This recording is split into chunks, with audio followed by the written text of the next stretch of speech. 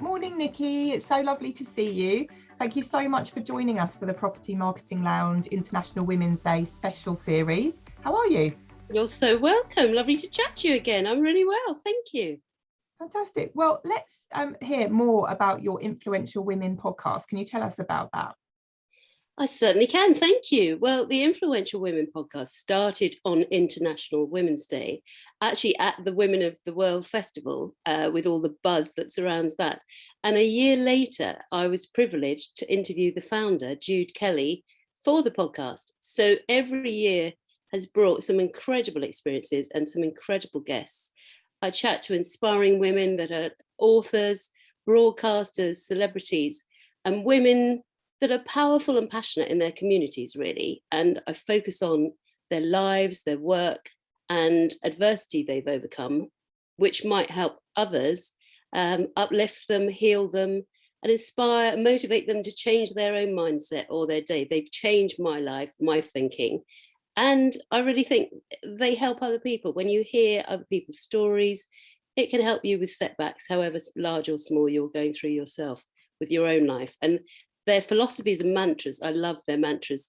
You know, some of these famous people, you think that, you know, they've got it all sussed, and they haven't necessarily. And some of their journeys, their mantras, the things they've been through, they're really inspiring. I mean, you've had a career in broadcasting, but what made you really want to focus a podcast on women?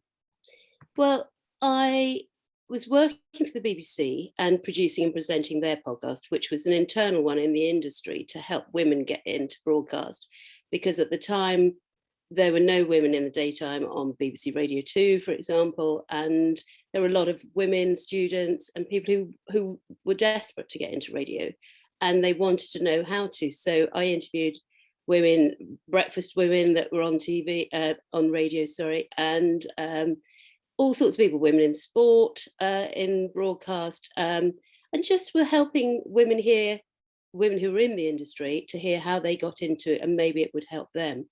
So having done it for the BBC, I thought, actually, I'd like to take it outside the BBC, outside the broadcast industry, to help all women. And at the time, there literally were very, very few, hardly any podcasts for women. And it's a way, as a broadcaster, that you can easily produce, present, as you know, as you're doing with webinars, with podcasts, with audio.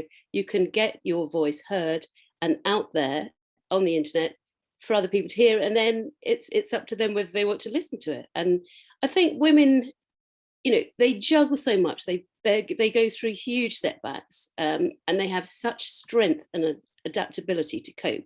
But we all seem to lack confidence in ourselves and our own self-worth, the good old imposter syndrome.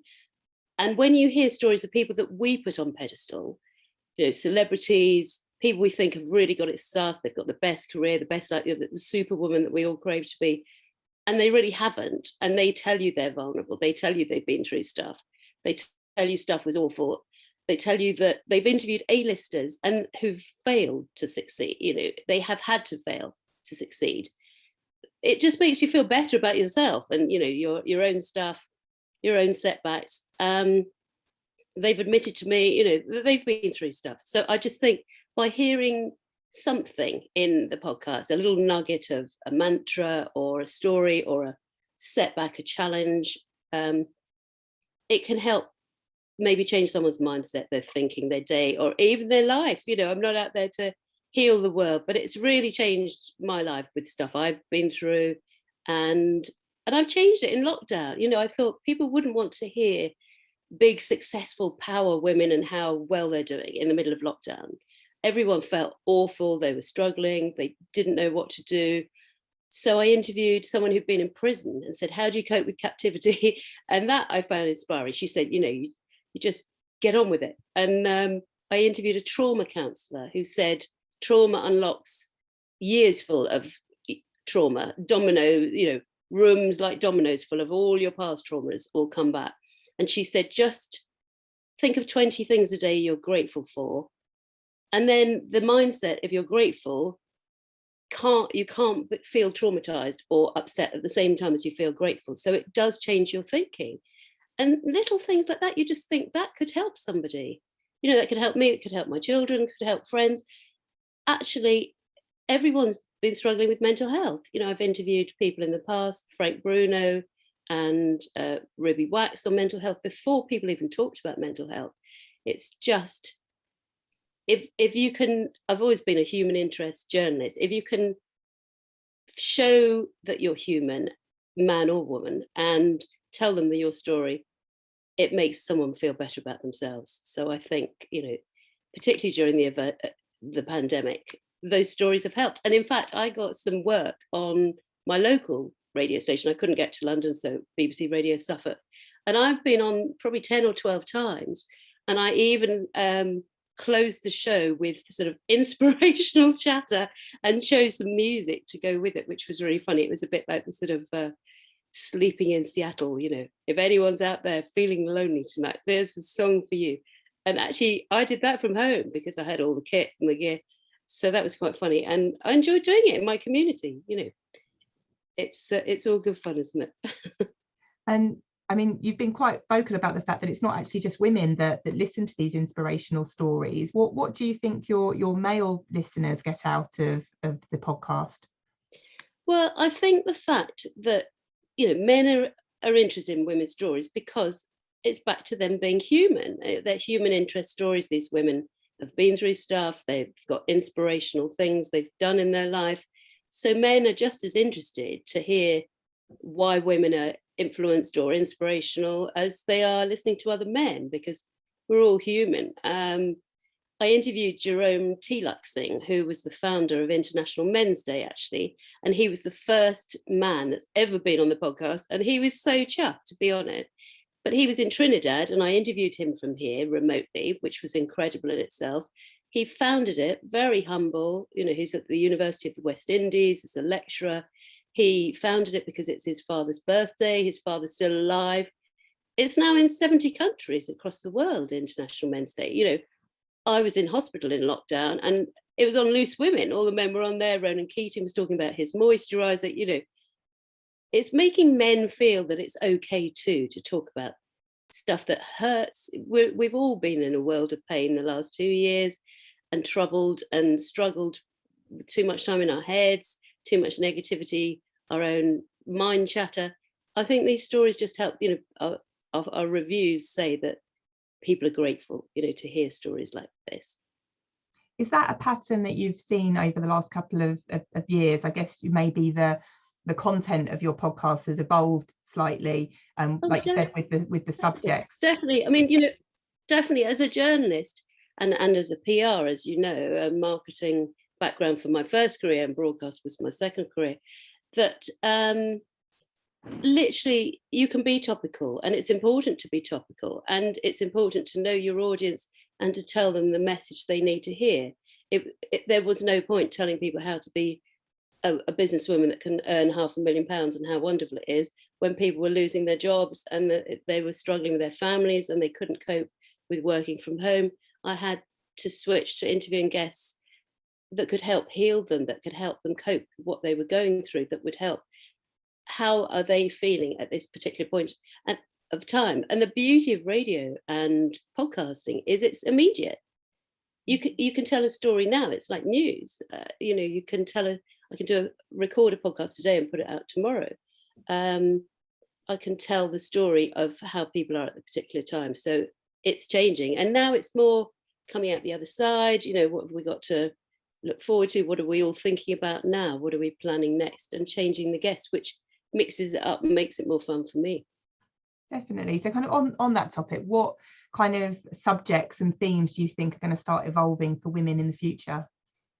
Well, International Women's Day is obviously a big one that I'm working on at the moment, in terms of what are people feeling, how far have women come, how far have they got to go, all of that sort of side. But I'm looking at more, the next generations, more young leaders, how are the young people? I'm a parent of, university daughter, and my son's sixth form about to go off to university. How do people feel with empty nest? How do people feel? How do the youth feel? They were pretty overlooked at the beginning of lockdown, and I saw through the eyes of my daughter's friends at university what they went through, how isolated they were with strangers. catching COVID and having nobody that they knew, they've been through stuff we've never been through in our lifetime. And how did they deal with that? Will they get PTSD? So I think it's just sort of thinking, how are people feeling? How are men feeling? You know, how are the youths feeling? How are we all feeling? And what guest would represent that? I get a lot of PRs as well, you know, that now approach me, which is nice, or invite me to things when face-to-face things happen, saying, you know, it's Awareness Day for this. Have you thought of this? Or it's there's a book coming out, you know, that is based on post-pandemic. Or so I think, oh, that would be interesting. You know, as long as it's got a backstory. I don't just interview celebrities because they're celebrities. I interview women that are powerful in their community, people that do stuff, but do quite a lot of stuff, because it's a long time to talk to someone for half an hour. I can't just talk about one thing, but if they've got multiple facets in their life, things they've done that are interesting, things that can help, as well as promote their book or their music, or you know, something they're doing with their work. But it's not about promoting their business, it's about helping people. And finally, Nicki, obviously it's the birthday of the Inspirational Women podcast, but what else does International Women's Day mean for you? Well, International Women's Day, you know, is huge. It's a time to reflect on all women, hear their stories, open our hearts and minds, and, you know, lift each other up. Women say they support other women, but a lot of them tear other women down. And I think it's a global initiative. How can you help the support organisations out there? I interviewed Women for Women International on one podcast, and what they do in war-torn countries, and give women basic tools to actually rebuild their lives when terrible things have happened to them, and to teach them how to read and how to run a business and how to do their accounting. Simple things that, you know, we can all make a difference to help volunteer for women's empowerment, or to give something back to help other women that are less fortunate than us. I think, you know, we've come a long way, but changing the stereotypes, the social constructs, and making the future better for our daughters and sons, and making the world a better place is important for all of us, isn't it? Absolutely, and that's a perfect way to end our conversation. Thank you so much, Nicki. It's been a really, really interesting discussion, and I know that our audience will love to subscribe to the Influential Women podcast. So yeah, we'll look forward to your future guests. How exciting. Thank you so much. It's available on all platforms, Amazon Music, and even Ask Alexa. It's on Spotify, all the traditional podcasting platforms. And these women's stories, you can look back at them, you know, women that have been through huge stuff or minor setbacks, and hear their stories. And podcasting has boomed since the pandemic, and it's just, you know, is growing every day. So thank you for your time. You know, lovely to talk to you again, and to inspire women of today and tomorrow with your property industry and beyond. It's lovely to catch up with you again. Brilliant. Thank you. Thanks so much, Nicki. Have a great day. Pleasure. Have a great day. Good luck on International Women's Day. Thank you.